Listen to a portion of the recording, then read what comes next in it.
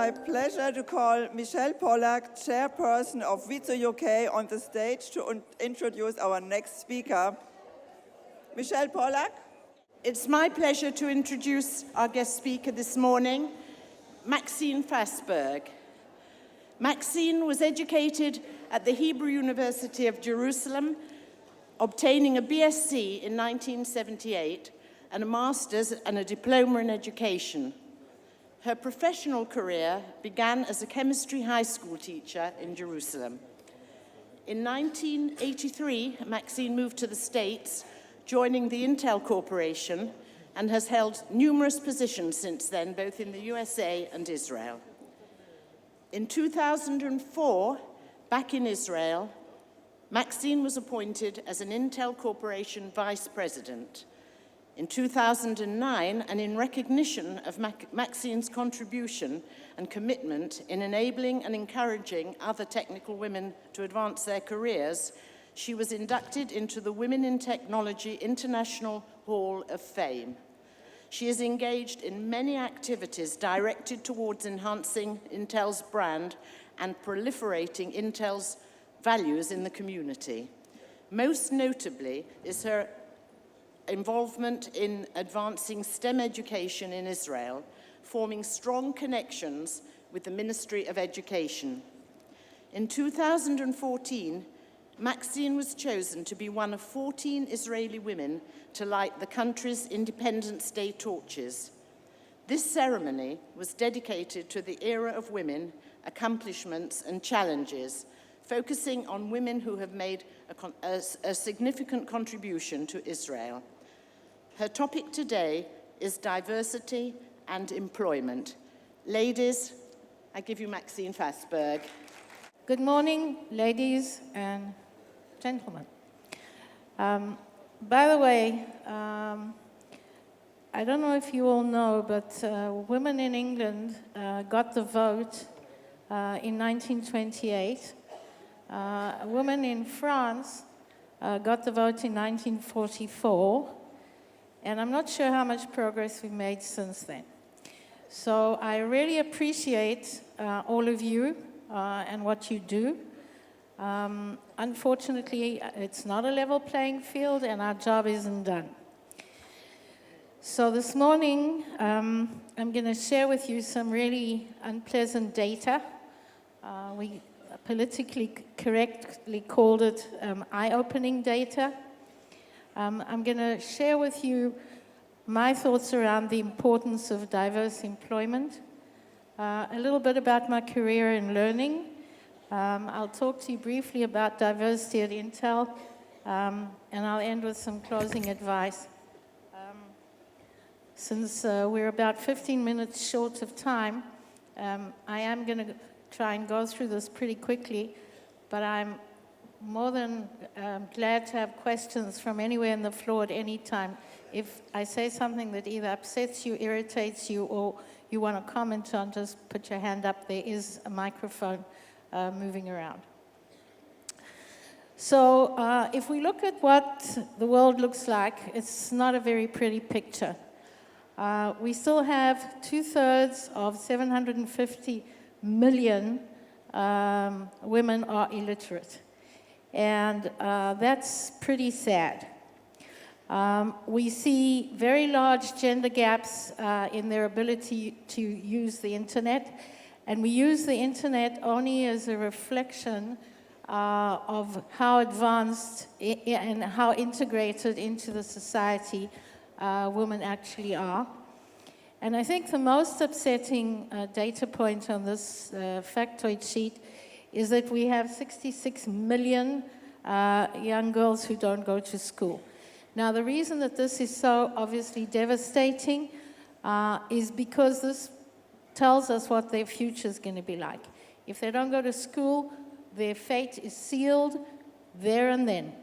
And for us, who look both at education in general and at STEM education in particular, this is a tragic state of affairs. I have no other word for it. When you look at what goes on in this country, we are in a not very good situation in as far as STEM education goes. We call STEM education the level of the matriculation in mathematics and physics or chemistry. And in order to be part of the statistics, the youngsters need to do 5 points in maths in one of those subjects. We currently only have 6% of the graduates in this country who do it. And the more upsetting piece of that is that only 2% are girls. So we're, again, underrepresented. And when we look forward at where these girls will be in the future, we're again starting off at a deficit. When you look at the graph that's over here, of the people, the proportion of female academics, Israel is in a pretty poor state. You can see that overall, it's in Hebrew, but you can see that the number, if you just look at the graph, it doesn't matter what it says, but if you look at the number of the percentage of women who hold academic positions in the universities, women are certainly underrepresented there. And in Israel in particular, only 28% of the academic faculty are women, but only 15% are full professors. Now, when you look at this graph that's below, you can see that this doesn't make sense. We have, at the beginning, at the BA, MA, and PhD level, more women in the universities than men. And then something drastic happens, and we call it the scissors. And you can see the pink line are the women. You can see the drastic drop-off as they enter the academic life and the academic, I don't want to say rat race, but certainly their session into the teaching positions and full professors. Now, the reason, or the main reason behind this is that it is a requirement to be able to start an academic career, to do a postdoc outside of Israel. And the reason, the thought process behind that is that they then become exposed to a wider range of ideas and thinking than they've achieved in their own university in this country. Now, what happens there is that the women feel, and this is something that we go back to the homes, that they cannot uproot their families and their spouses and take them off to a postdoc. This is archaic thinking, and it's very strongly dependent on what goes on at home. Think about it. Men are okay to uproot their spouses and their families and go and do a postdoc, and the women are not. And this is where, when we come to the next foils, where I'm going to talk about pushing, the women have to change their behavior. Now, I'm conducting a very militant battle with the universities about what it's going to take to get the women on postdoc. And as Bernard Shaw said, lady, I know what you are, I just don't know how much it costs. The same thing applies in this postdoc business. Postdocs typically get $30,000 to go to the US or to go wherever, to England. If the women can't do it for $30,000 because their husbands are giving up their careers, will they do it for $100,000? Probably yes. So my argument with the universities is don't try and send 3 at 30K, send 1 at 100K, and you'll have your candidate. And this is a battle that I believe we need to continue pushing, because otherwise we're not going to solve this scissors behavior that we see here on the graph. And I think that we all understand that if we want an equal distribution of professors in the universities, we need to have these women go and do their postdocs. And by the way, one of the other things, I think have convinced at least the Hebrew University that the Weizmann Institute is comparable for a postdoc to any place, or to most places in the United States, and therefore it should count equally. Now we just got to convince the Weizmann Institute that they want these women.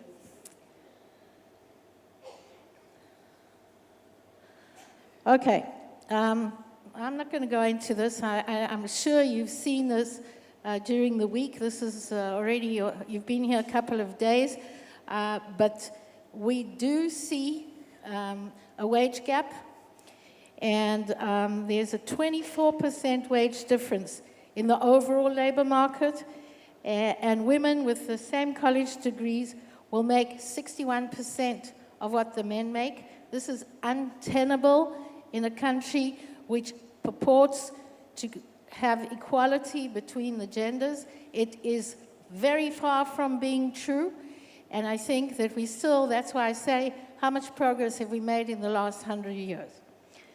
And in managerial positions, it's even worse. Women are earning 73%. Well, it's not worse, but it's not good, 73%. I don't have time to go through all of this, but look at the top over there. That is the result of not having enough women professors in the university. Look at the gap between the Nobel Prize winners, between men and women. Again, it's untenable, and we have to fix it. What happened? Okay. So let's move on and talk about us. How do women work? We start very early, and these are real pictures. The one on the left is actually a little boy. We are making progress, and little boys are starting to understand that they play an equal role in what goes on in the house. But when we think about it, little girls are expected to be active around the house from a very, very early age. Go and set the table, take off from the table, and oh yes, your brother's gone to play football. We start early.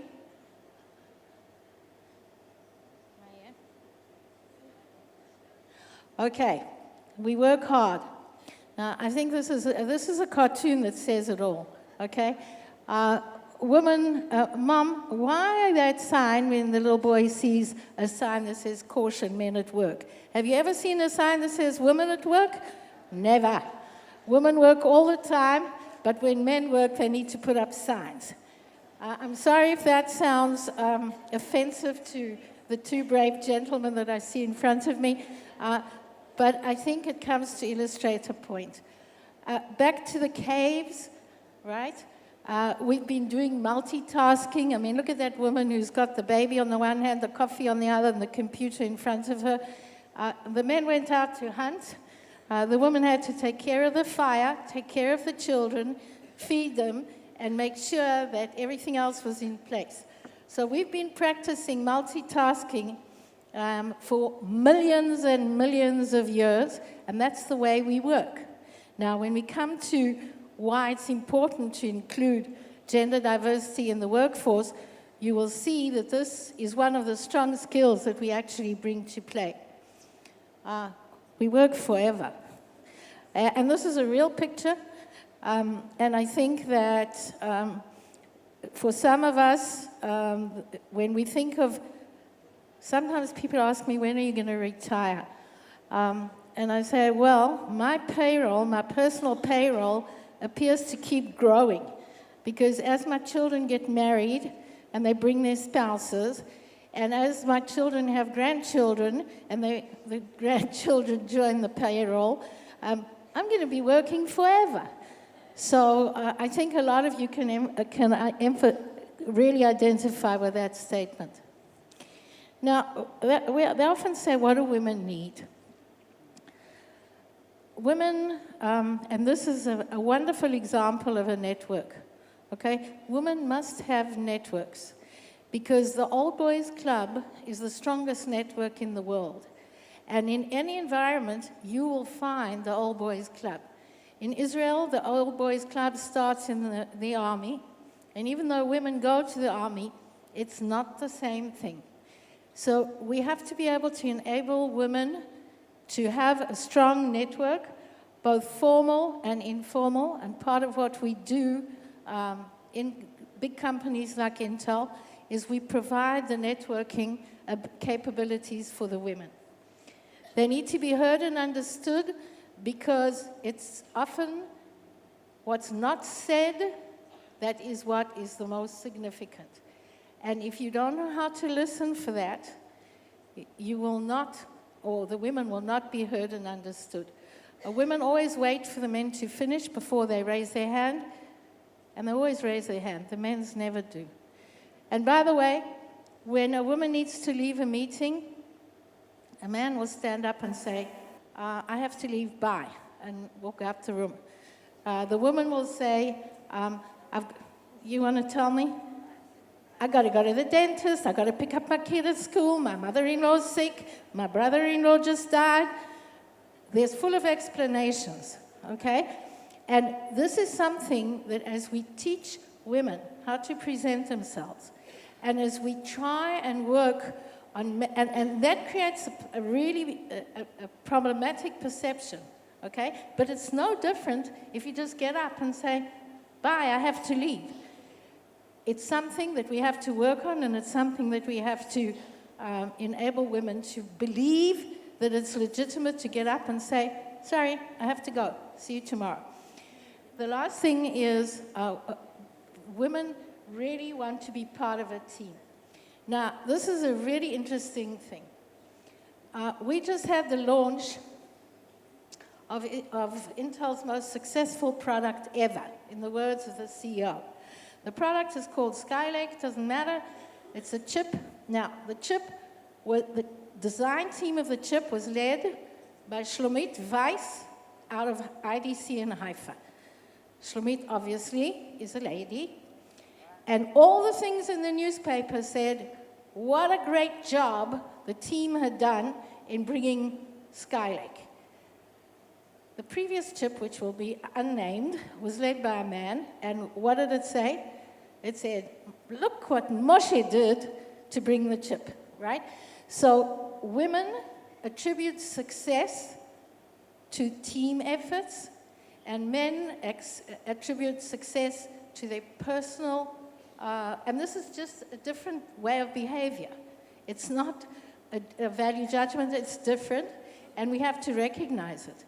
Whereas when the things don't go right, the women say, I. And the men say, it was upstairs, it was next door, it was beyond control. I'm going to be thrown out. Okay. The underlying assumption that I believe in is that men and women achieve the same results, they just do them differently. And if you look at these two knots, both of them will successfully keep a boat at shore, but they're very different. There's no wrong and there's no right, it's just different. And what we need to learn to do is accept the fact that it is different. Now, one of the objections that I have to women's conferences, and I'll say it only once, is if we keep talking to ourselves, who's going to hear us? And that's why I am very glad, sir,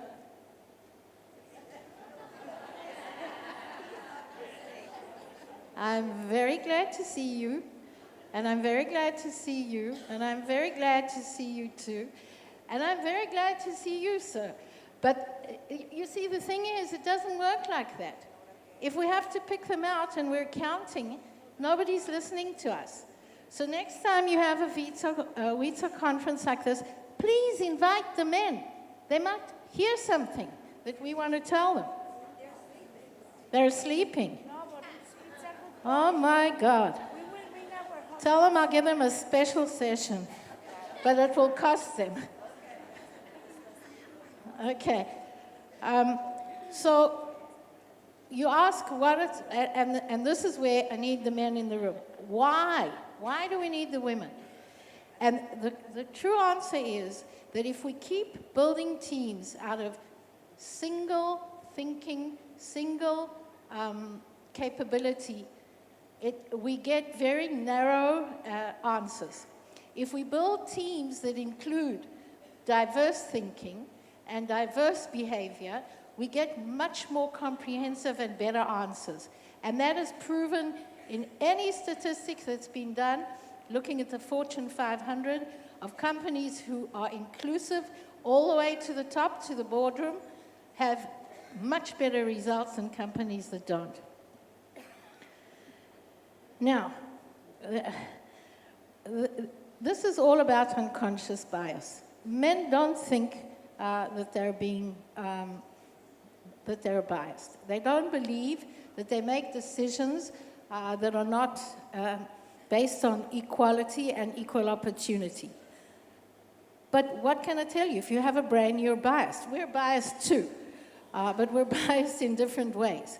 So I think that we need to really remember that this bias is unintended and it's completely unconscious of choices that are made. And therefore, our job of this room is to point out the bias when you see it, to give an indication of why the choice is being made before it's made. And by the way, I am not talking about affirmative action. I am dead against affirmative action. Affirmative action puts the wrong person in a job and then reinforces the bias that the person is not really qualified to do the job, which then becomes a gender issue. Affirmative action is wrong. We have to get there by dint of merit, but we have to be given the chance to prove that indeed the merit is justified. And I think you can see I'm wearing the honorary badge. And you can hear from my accent that I actually earned it. But I think we can see many examples of where affirmative action led to disastrous results at the attempted integration of the wider population into the workforce in South Africa. So I'm not going to go through my whole career. I do want to just point out that I started off as a teacher of physics and chemistry.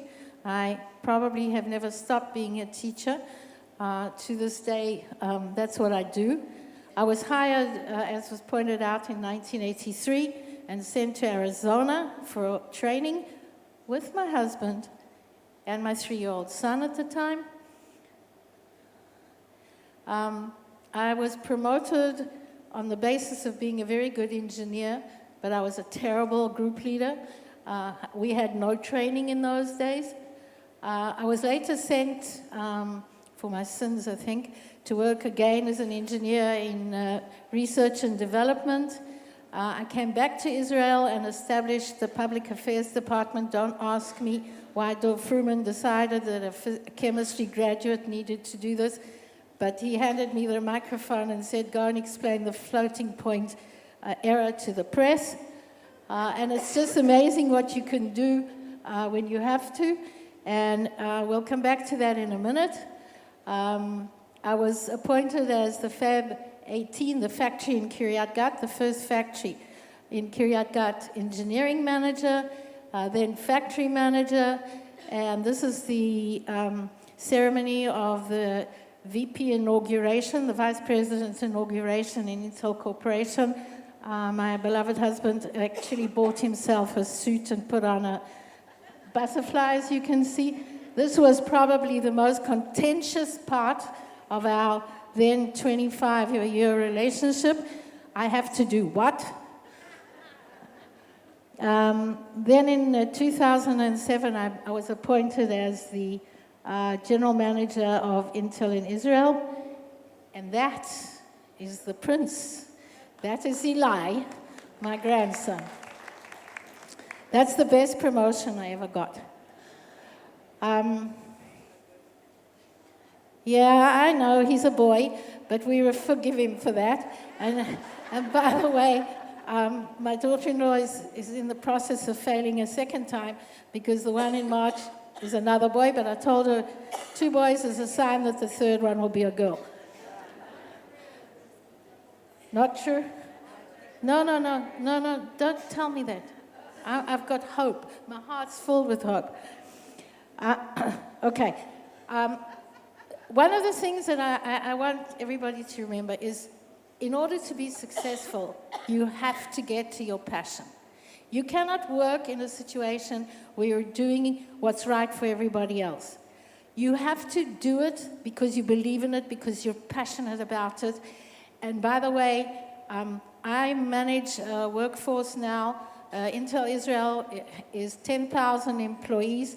I can no longer know all their names and their spouses' names and their children's names, but I damn well try. Because I think that what we are really good at as women managers is bringing our empathy and our passion of what we do to the entire workforce. And remember this one, for all great things, including birth, you have to push. It's not good enough just to lean in, okay?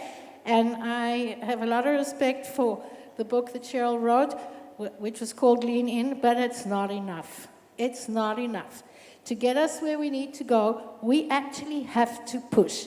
And we have to learn to push without feeling that we're apologetic for doing it. They say, oh my goodness, look at that aggressive woman. And when they see the same behavior in men, what do they say? Assertive. Assertive. Absolutely. This is the most valuable slide that I can give you. You know, often, and I'm going back to where I said Dov handed me the microphone and said, go and explain the floating point. And I'm looking at myself and saying, I've got no training. Well, I had a 2-week spokesman training. How am I going to deal with this? And oftentimes, you have to just go out there and say, I can do this. Practice in front of the mirror at home. Look in the mirror, see the lion, even though you feel like a little pussycat. And you just fake it until you make it. And when you do it enough times, guess what? You really do make it. So ladies, yourselves and everybody else that comes under you, you have to fake it until you can make it without faking it. Now, that's got nothing to do with your integrity. It's got to do with how you present yourself and how you stand out on the stage and deliver. And I've talked to thousands of women. Sometimes before they have to go do a very important presentation, and they're quaking in their boots. And I said, that's fine. Just don't show it. And if you think that the men who are going out there to do it for the first time are any less insecure, you're wrong. But they do a better job at faking it. So go look in the mirror and see the lion. It's what we have to do. And finally, remember that opportunities never come at a perfect time. Never. And I don't know if you can read what it says there, but there's this slightly pregnant lady who just won a flight in a hot air balloon. Now, I'm saying this because the men do it to us. They say, let's wait 1 more year before we promote her. Let's make sure that she's going to be successful. And I say, why? Would you say that for a man? No, then don't do it for the women either. But the women have to be ready to stand up and demand it. And one of the things we really don't know how to do is negotiate. Okay? And I can tell you that I have delivered thousands of job offers in my 33 years of a career. I can tell you that about 70% of the men that I've given a job offer to ask me if it's negotiable. And I can count the number of women who've asked me that on one hand. So we have to go out there and learn to use opportunities, push aside our doubts, fake it until we make it, and negotiate like crazy. Now, if you happen to be a manager, and I'm sure there are many of you amongst this audience who are, you have to remember that you better be better than them, because otherwise they'll say, oh, you only got the position because you are a woman. You better be willing to own any problems that come your way, and you better have a very thick skin. A very thick skin. I was talking to one of the women who is about to be nominated as an Intel Fellow, which is the highest level of academic, technical, it's the VP equivalent in the technical world. And she was saying, I really don't want to be appointed this year because there's such a drive on diversity that they're going to say it's because I'm a woman. And I say, well, is it? And she says, no, I'm ready to stand up with my CV and put it against anybody's. I said, well, then just develop your thick skin and go for it. The fact that some, I won't use any kind of description, male is going to say you got it because you're a woman, is his problem, not yours.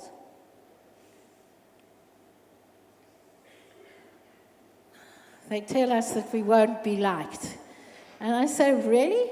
This is not a high school. And by the way, it's not a high school popularity contest, and there's no correlation between how well you were liked in high school and what your success looks like in personal life. I was a head girl of Victory Park in Johannesburg. Head girls are not very well liked. Okay, bad advice. We'll skip that because we're running out of time. No, you don't want to skip anything. Okay. Okay, I interviewed, before I joined Intel, I was a teacher. And I really liked being a teacher. But I wanted to become a headmistress. So they opened a position in the Jerusalem municipality for a high school that was, well, it was actually a middle school that was going to grow year by year. And I thought, this is perfect. I can deal with one layer at this point in my career because I was already managing a layer within a high school. And every year they'll add another layer and I'll grow with the school. So I went along and interviewed. And by the way, the headmaster really supported me. He was a man. And I will get to that. All my mentors were men. And Yecheskel Gabay sent me along and said, go for it. So I did. And I walked into this long room in the Jerusalem municipality.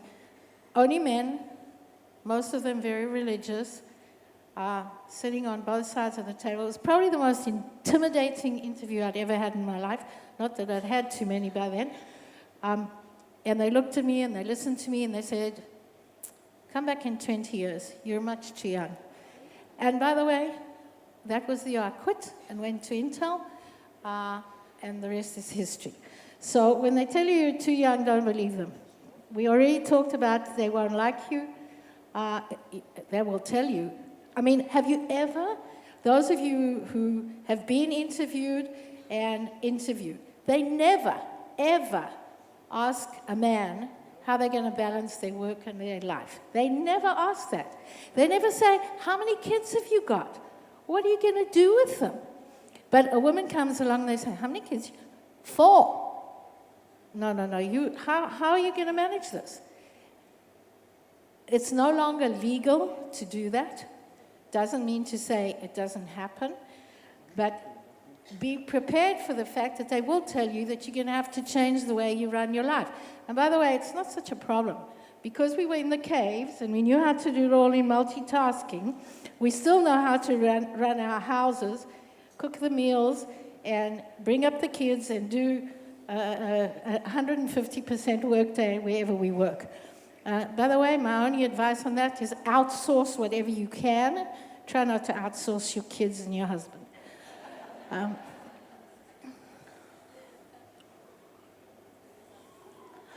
Role modeling.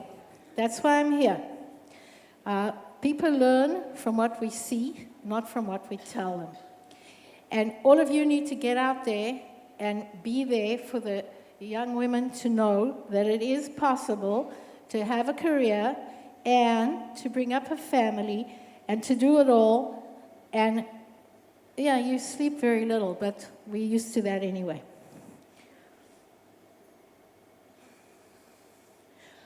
Okay, I'm really not going to focus on this because we're almost out of time and you haven't asked me any questions.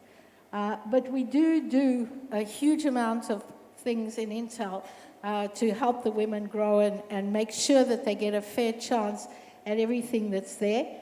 And by the way, if you look at the Mind the Gap sign, it's something that you have to be very conscious of, and that's why that little symbol is up there.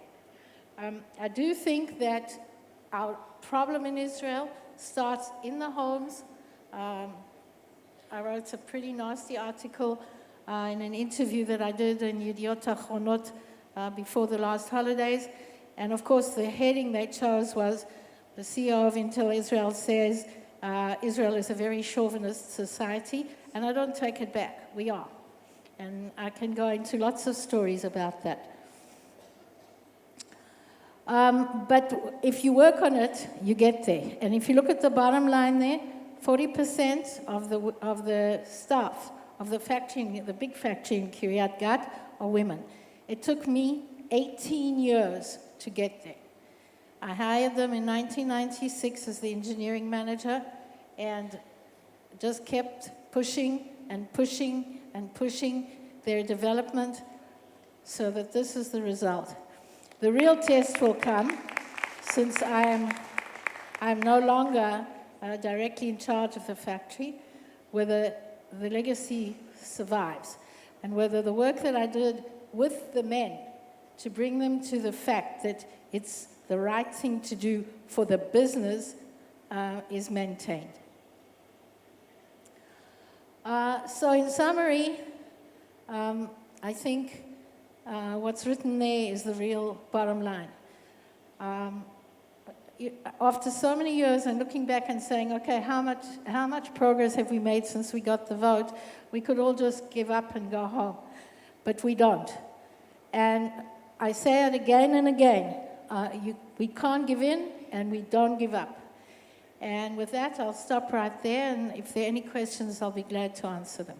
Thank you. Thank you so much. You really brought my personal life to this place. I did not do my postdoctorate because it was obvious that my husband will not quit his job and we cannot go to the USA.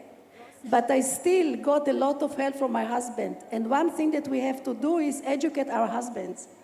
When I got a high position in management, my husband came to me and says, why don't you negotiate? It's not the right salary. And he pushed me, and I did.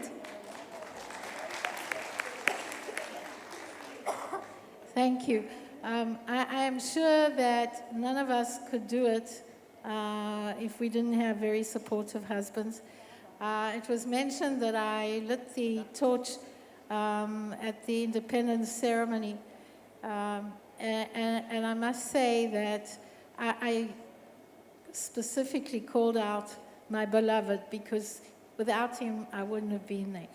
So yes, at the end of the day, you do need somebody who believes in you and helps you and pushes you to negotiate when you don't.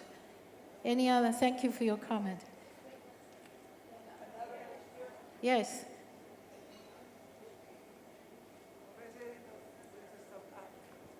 Excellence. This is excellence. I'm from Wizo, Sweden. I think we owe you a great thank you, not only because you're an eye-opener and a beautiful such, but all of the women around here might share this, that we all educate our husbands, and I'm very glad to say mine is here. But the best support Wizo can get is actually men who believe in women. So thank you for sharing. And if you could share your slides, I would be even more happy. Thank you. We'll negotiate.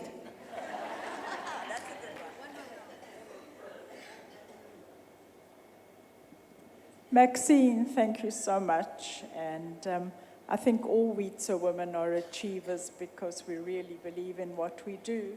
There's a theory out there that men are feeling emasculated now because women are achieving. Do you agree with that?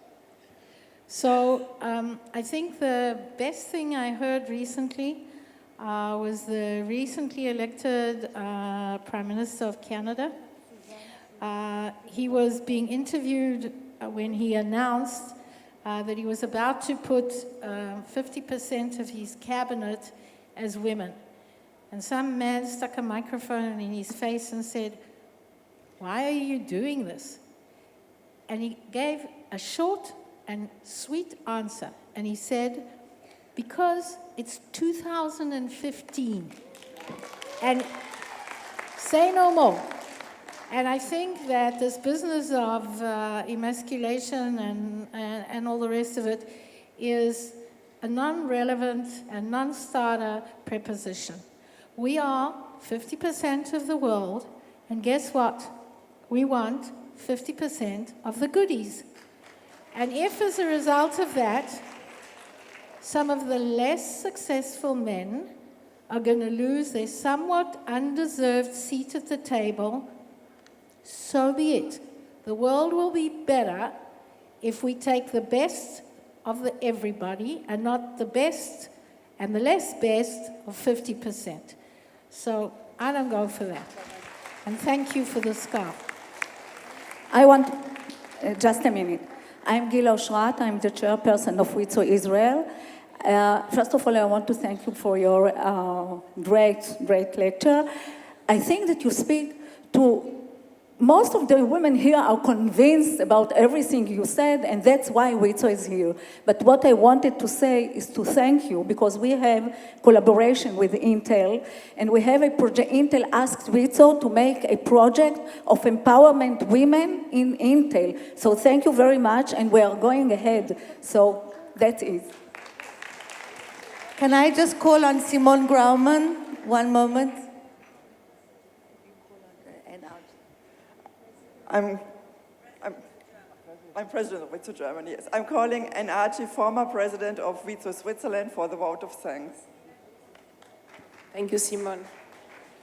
Thank you so much, Maxine, for this wonderful presentation. I think it has lifted our hearts.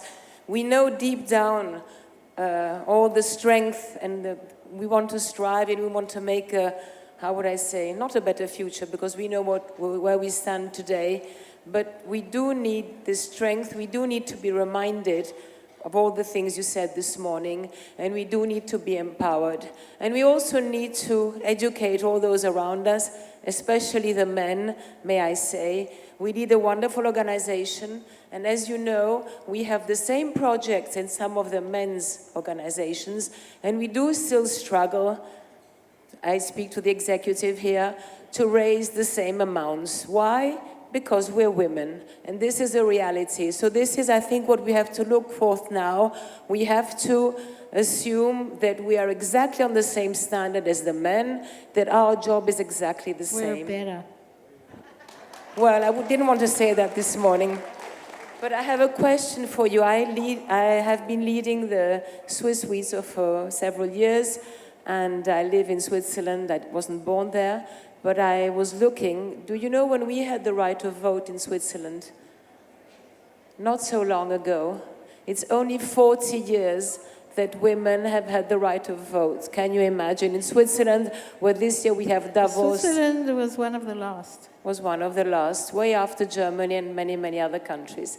So thank you so much for being with us this morning, for empowering us, for giving us this wonderful, wonderful speech, and carry on this great job you do for Intel, for yourself, and for all the women. Thank you so much. And this is a little gift on behalf of World Wizo. Thank you.